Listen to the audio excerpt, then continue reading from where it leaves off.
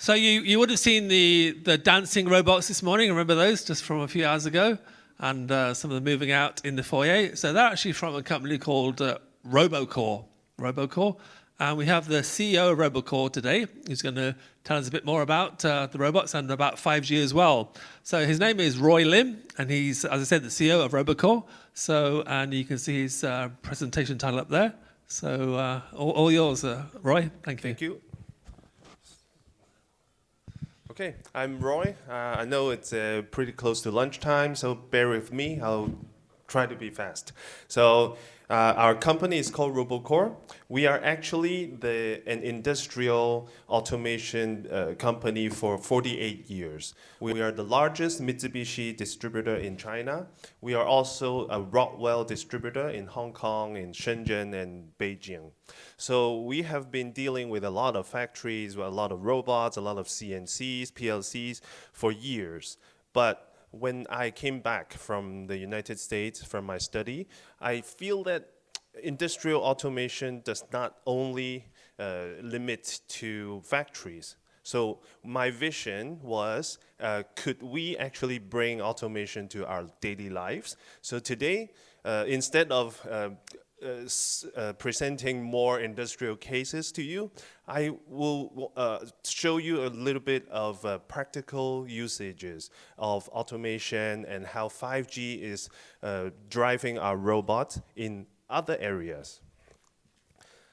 So first of all, you saw our robot this morning. It could be controlled in a fleet. So in one click, we can control multiple robots. I'm going to show you more videos of them. Today, we are controlling 4 of them. But when we control 30 of them, 100 of them, we need a lot of connectivity together. So that is where 5G comes in. But we'll leave it for a little bit later.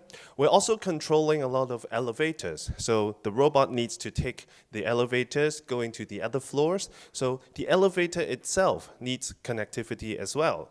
And then we have another product that is a control panel that controls multiple robot brands. So it's not only our robots, but all the robots in the world can connect to our platform. So this platform requires a lot of connectivities, including IoT sensors, including robots and such. So we are actually dealing with a lot of different things that need internet connectivities. And also, robots always contain a camera. So the camera itself takes in a lot of data, and we can send this data to our servers for AI analytics. So there, we need a lot of bandwidth for these data. So we have a lot of experts covering these points today. We had that question about why 5G over Wi-Fi, and it is always good for our robots because we are moving around. I'll talk about how in a big factory, in a big hospital, in a school, we always move from AP to AP. So if we are streaming some videos and we jump from one AP to another, we will have a pause of the video. And at that time, if we are performing a security check and somebody is doing something bad in between, then we lost the footage. So it's always good for each of our robots to have a 5G card inside. So these are some of the applications that we have made. We also work for Pegatron. So we have built some iPad, iPhones for them, and then we use our robots to create some polishing machines. So utilizing 5G, we are able to put these machines in different places now. So before, we have one huge mega factory that contains all kinds of machines, pressing, drilling, all kinds of stuff. But this is not economically efficient because in one factory, if you have all the material, if you have all the expensive equipment, it's very expensive to uphold. So what we have now in the southern China, especially in the Dongguan region, a lot of companies, they are very specified. Maybe I have a CNC machine and I have a 3D printing machine. So these machines are separated into different companies. And then these machines talk to each other. I know your order is already completed. Please ship all the orders to my company, and then I'll form them, I'll paint them. So this is actually the new way of manufacturing. It's called the distributed factory. So this way, we are saving a lot of cost. It's just like running a company.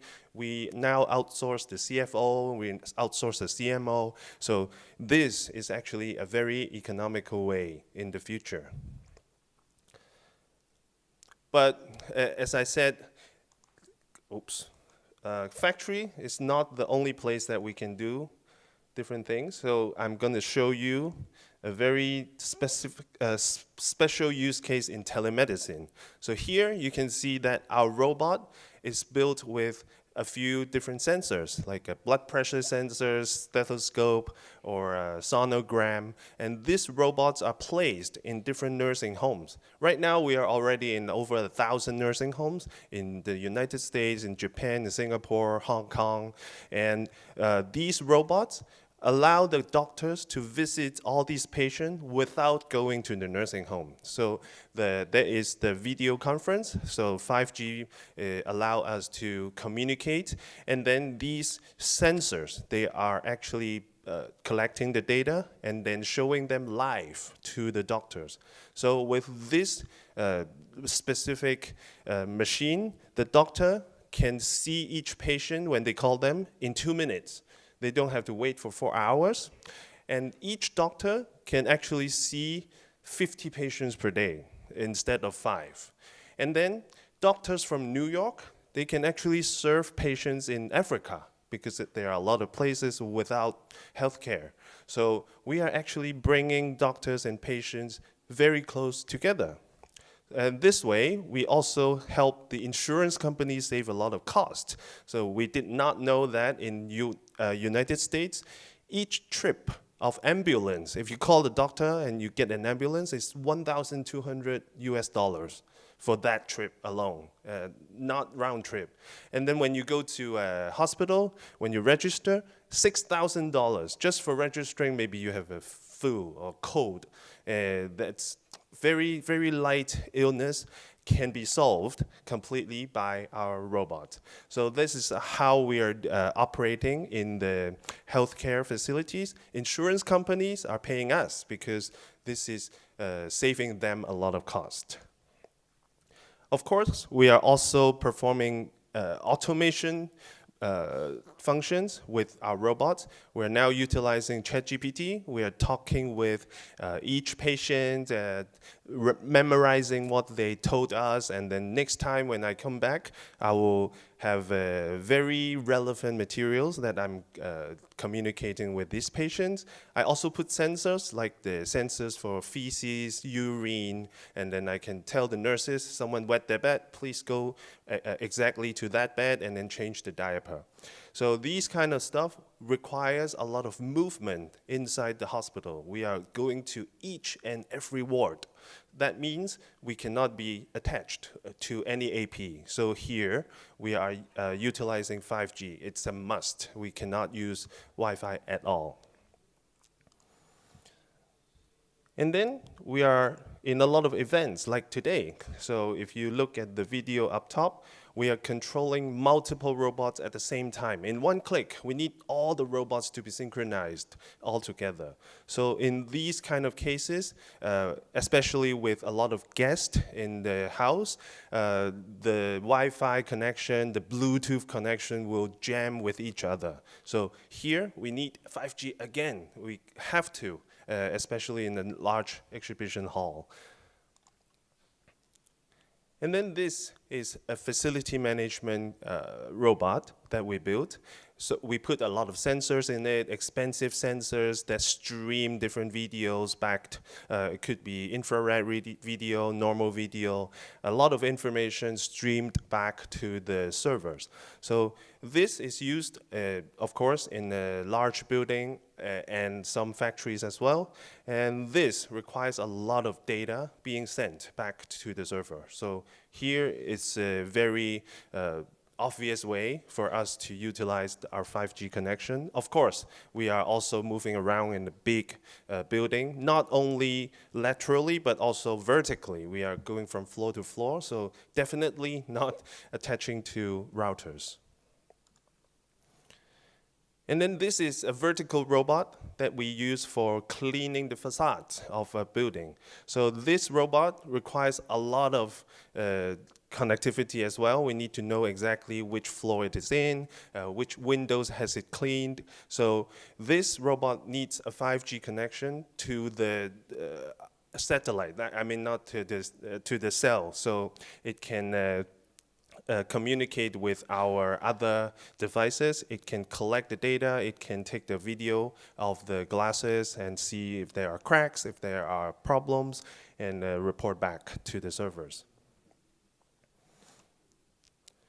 And this is also inside the factory. We are collecting data using our robot with the camera.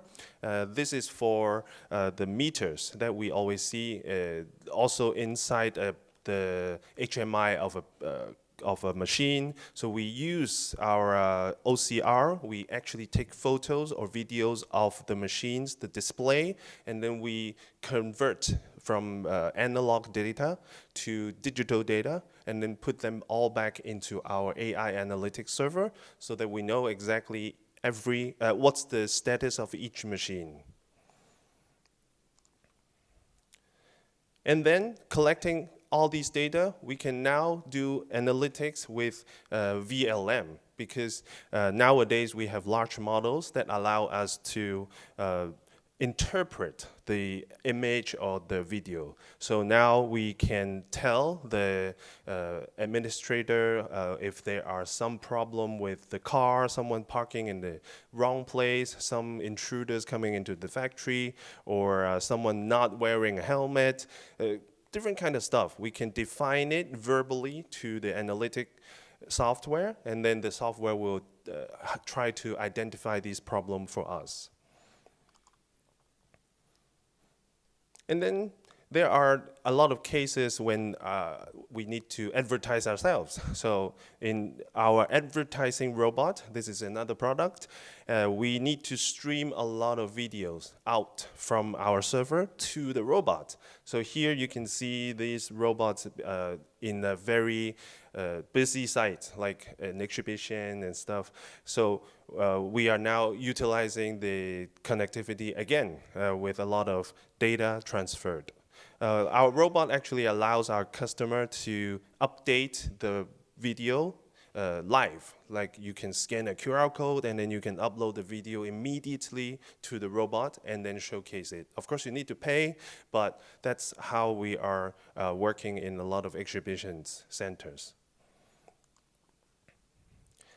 And then there's remote arm controlling. So here you can see that we are using the robot and an arm to actually perform some task. On the top, you can see that the robot is taking the stethoscope and then bringing it to the chest of the patient.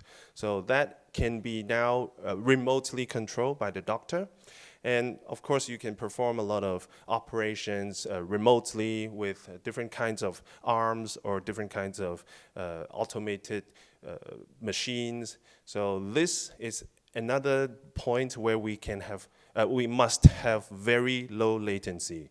So here, if you are trying to put something into the body of somebody and then you have a little bit of lag, you probably would have cut the wrong blood vessels. So here is a very important point for 5G usage as well.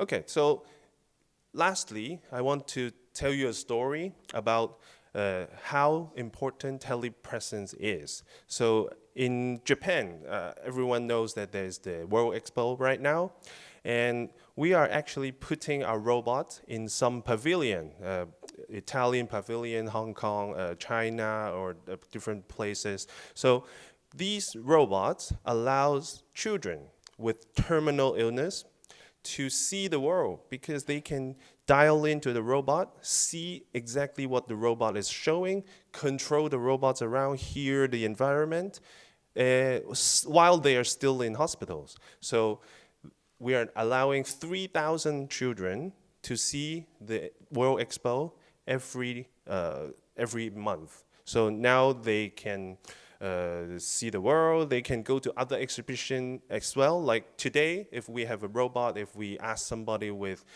disability who cannot leave the hospital, if they dial in, they can also listen to my speech.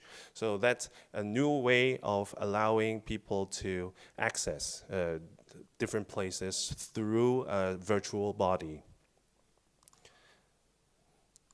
And of course, we can also create jobs by using our robots. So a lot of people think the robot is going to take over the jobs of workers in a restaurant or stuff. But a lot of time, we actually turn off the AI of the robot, allowing the body of the robot to be remotely controlled by people with disability who has a paralyzed lower body and they cannot go to work. So now they can actually control our robot and order for you, deliver the food, and ask if the food is good. So they actually have a new job. They can also work in shopping malls, in reception of a hotel. So there are a lot of cases where the government really love the robot. Instead of treating it as an enemy, now the robot is actually becoming a very socially responsible machine for the good of all people. So yeah, that's the presentation I have today. Please add me on LinkedIn, and thank you very much.